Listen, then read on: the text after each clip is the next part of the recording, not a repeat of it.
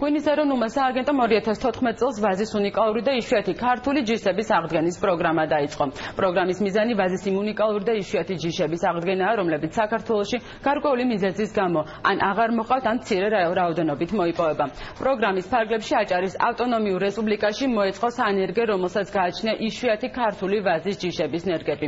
დღეისათვის მევენახეებზე უფასოდ გაცემულია 7000 ვაზის ნერგი. ამ წლის ბოლომდე კი იგეგმება 70000 ძირის გაცემა.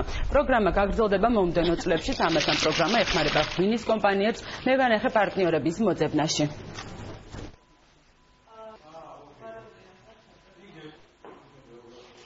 ეს არის მივიწყებული ჯიშები, განვიცდის დეფიციტს, ამას სჭირდება, ასე ვთქვათ, დარგის გვერდში დგომა და ჩვენ ერთგვარი, ასე ვთქვათ, თანადგომა გამოუცხადეთ როგორც ფერმერებს, როგორც მევენახეებს, ასევე დარგს და საკუთარ თავსაც, ვინაიდან ჩვენ თვითონ აქ მოღვაწეობთ. სახელმწიფო დაეხმარება ღვინის კომპანიებს, რომ მოხნახონ პარტნიორები, ამავე დროს დაეხმარება სანაყენე მეურნეობებს, რომ დავკავშირდნენ გაინტერესებულ ღვინის კომპანიებს, ფერმერების იდენტიფიკაციას მოახდენთ და ბენეფიციარების სიაში დავეხმარებით კერძო ინიციატივებს.